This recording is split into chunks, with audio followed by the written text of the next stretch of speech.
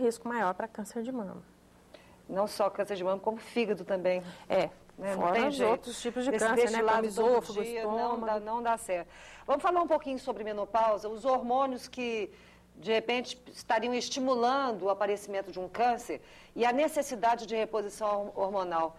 Como é que a mulher, quando chega nessa fase, que é uma fase difícil, é uma fase que psicologicamente ela fica um pouco abalada e vem a necessidade de fazer a reposição, mas ao mesmo tempo aumenta-se o risco do câncer de mama? O que você tem a dizer sobre isso, doutora? A gente tem que encarar esse período da mulher, na verdade, como sabedoria, experiência. Na verdade, a cultura ocidental, ela cultua muito a mulher muito jovem. E, na verdade, as outras culturas já olham a mulher depois dos 40 de outra maneira, né? Como elas passam até, né? Como a indiana, ela já tira o véu, ela já passa a participar melhor ali, né? Então, assim, é muito peso sobre a mulher.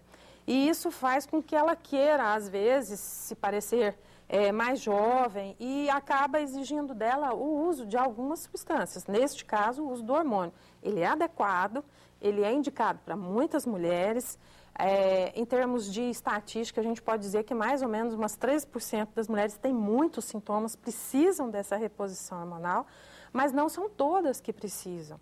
A gente tem a questão do estilo de vida, né? A gente tem várias práticas como a yoga hormonal, uma boa alimentação, uma boa orientação nutricional, porque na natureza você tem substâncias que repõem, como a soja, como a linhaça, o cará, o inhame. Mas você é a favor de não fazer a reposição se a pessoa não tem os sintomas? A gente que mexe com câncer é muito complicado, porque eu fico com as partes ruins, né? Quem está bem, que se deu bem com o hormônio, está lá com o ginecologista. Eu já fico com aquelas pacientes que começaram a tomar hormônio, desenvolveram câncer.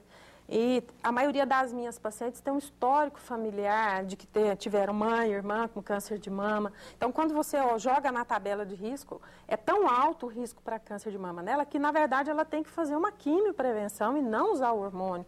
Ela vai usar um remédio que vai bloquear o próprio hormônio dela. Então, as minhas pacientes, de uma maneira geral, já vêm até para eu bloquear.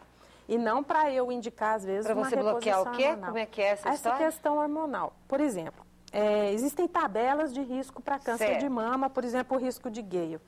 Acima de um certo valor, essa paciente tem que fazer um bloqueio hormonal. A gente normalmente dá o tamoxifeno, dá o raloxifeno para essas pacientes, que eles vão ocupar o receptor estrogênio da mulher e não deixar o hormônio da mulher agir adequadamente na mama, porque eles são seletivos para a mama. Nos outros lugares, eles vão agir. Mas na mama eles vão ser seletivos para que o hormônio dela não haja. Para quê? Para proteger contra o câncer de mama. Como tem aquelas outras medidas preventivas, né? Da retirada da mama, da mastectomia, entre aspas, profilática, né? Que na verdade ela não reduz 100%. Você faria a reposição ou não? Eu não tenho coragem. Até porque os últimos trabalhos americanos, é a primeira vez que nos Estados Unidos, de mais ou menos 3 a 4 anos para cá, que se diminuiu a incidência de câncer de mama lá. E a única explicação é porque as mulheres lá estão parando de fazer a reposição hormonal desde aquele último trabalho do WHI, onde ele comprovou que acima de 5 anos contínuos de uso da terapia combinada de estrogênio e progestagênio, há um risco maior para câncer de mama. Então, a maioria das mulheres lá interromperam. E, com isso, eles conseguiram uma diminuição da incidência de câncer de mama. Nossa, que coisa difícil. Meu Deus, mas realmente é tão difícil para a gente. Você estava falando da quimioterapia preventiva. O que você acha daquelas mulheres que a gente sabe que, com antecedentes familiares com câncer de mama, o risco aumenta, certo? O que você acha daquelas mulheres que fazem a mastectomia preventivamente? Você acha que isso é válido? Ou seja, gente, assim, eu estou perguntando assim para você que está em casa. De repente a mãe teve câncer de mama, a irmã, a família, muita gente na família. Aí a pessoa não tem os sintomas ainda, mas ela tem um risco muito grande de desenvolver o câncer de mama. E de repente ela fala, para evitar que esse mal, que essa terrível doença venha para mim, eu vou fazer a mastectomia porque assim eu estou protegida. Isso é verdade? É verdade, tanto é que muitas mulheres andam optando por esse tipo de profilaxia. Radical, né? É muito radical, mas assim, a partir do momento que a mulher vive a história dentro da família, ela vê o que a irmã sofreu, o que a mãe sofreu, ela passa a tomar esse tipo de atitude. Agora, existem protocolos. Para se definir isso, a tendência é fazer o teste genético primeiro. Se faz o sequenciamento genético dos genes BRCA1 e BRCA2, se você tiver a mutação, as suas chances de ter um câncer de mama é muito alto, vai de 60% a 80%. Então, ela tem indicação de fazer essa mastectomia, que na verdade ela se chama redutora de risco, porque ela não isenta 100%, mas ela reduz bastante o risco de ter câncer de mama. E aí acaba que já faz a reconstrução ali mesmo, né? É, porque senão, até do ponto de vista psicológico, é muito difícil. A gente vai para um pequeno intervalo, daqui a pouco nós vamos voltar para falar sobre tratamento, radioterapia. Será que a radioterapia pode atrapalhar num tratamento de câncer de mama? Quimioterapia, como é que se faz? Tem algum medicamento que possa evitar os efeitos colaterais? Vamos falar um pouquinho sobre opções de tratamento com a doutora Deidmar daqui a pouco. E só para te falar o seguinte, antes de ir para o intervalo, o laboratório Núcleo está com um aparelho que se chama Imunocap, para você que tem alergia. Esse aparelho faz mais de 850 testes de alergia de uma vez. É um aparelho incrível. Esse é mais um aparelho que o Núcleo... Olha, esses dias atrás o Núcleo adquiriu o Advia 1200. Agora, esse Imunocap. O tempo todo eles estão investindo em qualidade, em eficiência. Então, se você precisa fazer o seu check-up, né? Ou seja, até a sua dosagem hormonal, para onde você vai? Para o melhor. O melhor se chama Núcleo. Daqui a pouco a gente volta. Até já. Dance me to your beauty with a burning violin.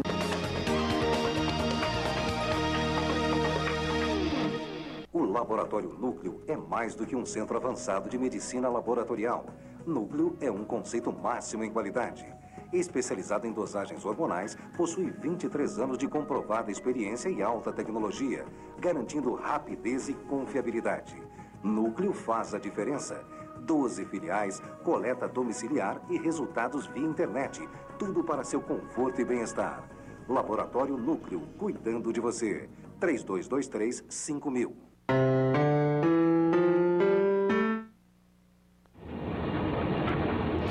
Sem harmonia, as peças não se encaixam e não funcionam com perfeição.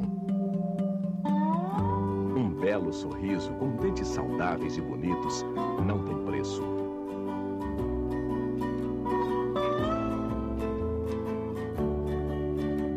CBI, Centro Brasileiro de Implantodontia, resgatando o seu sorriso e sua autoestima.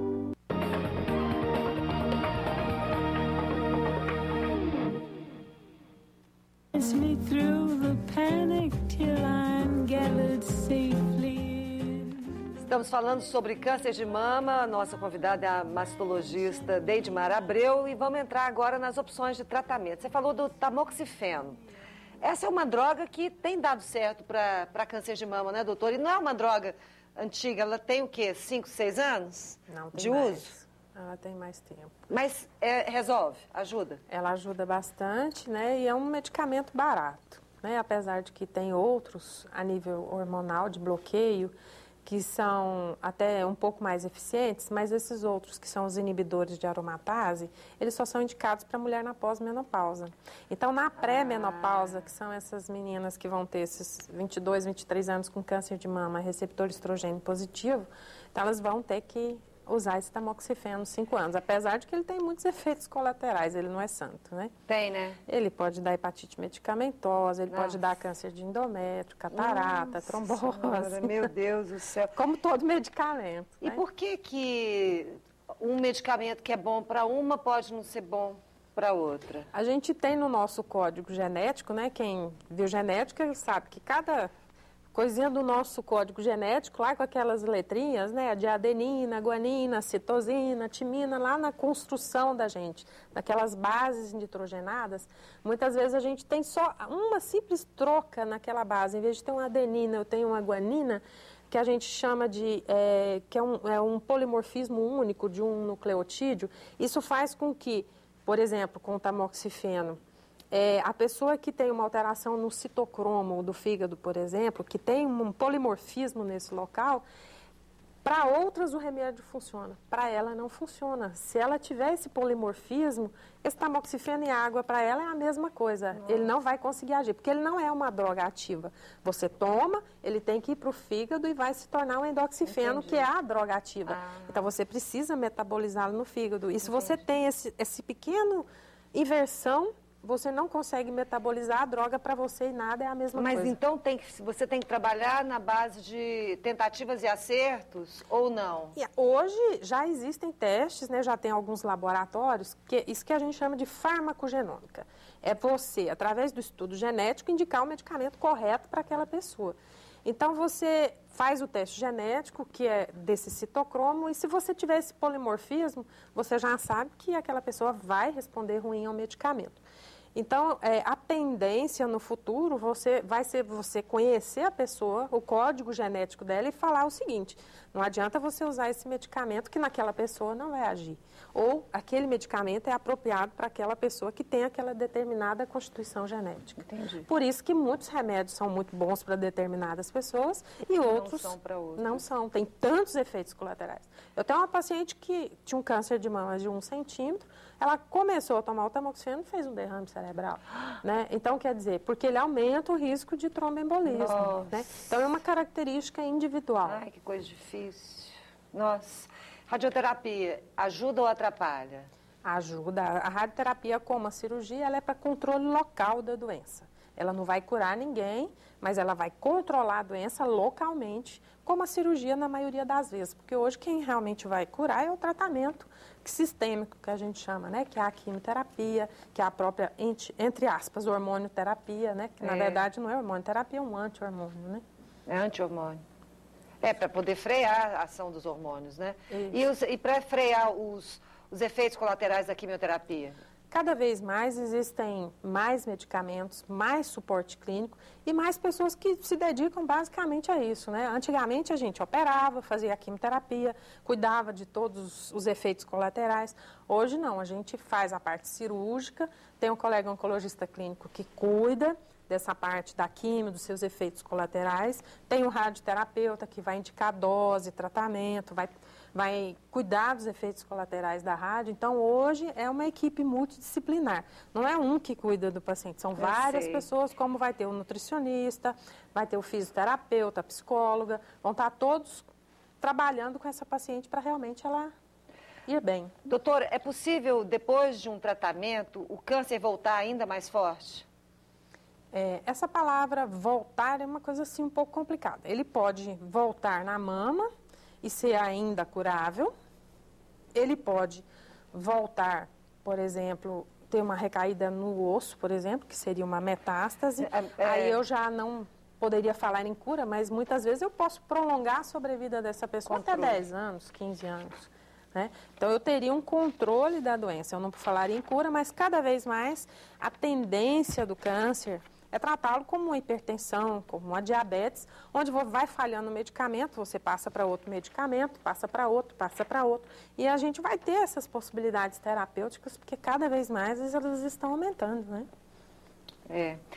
Você falou em metástase. Vamos explicar para as pessoas o que é metástase e onde é que pode ter metástase, para onde esse câncer pode ir quando ele é descoberto na mama?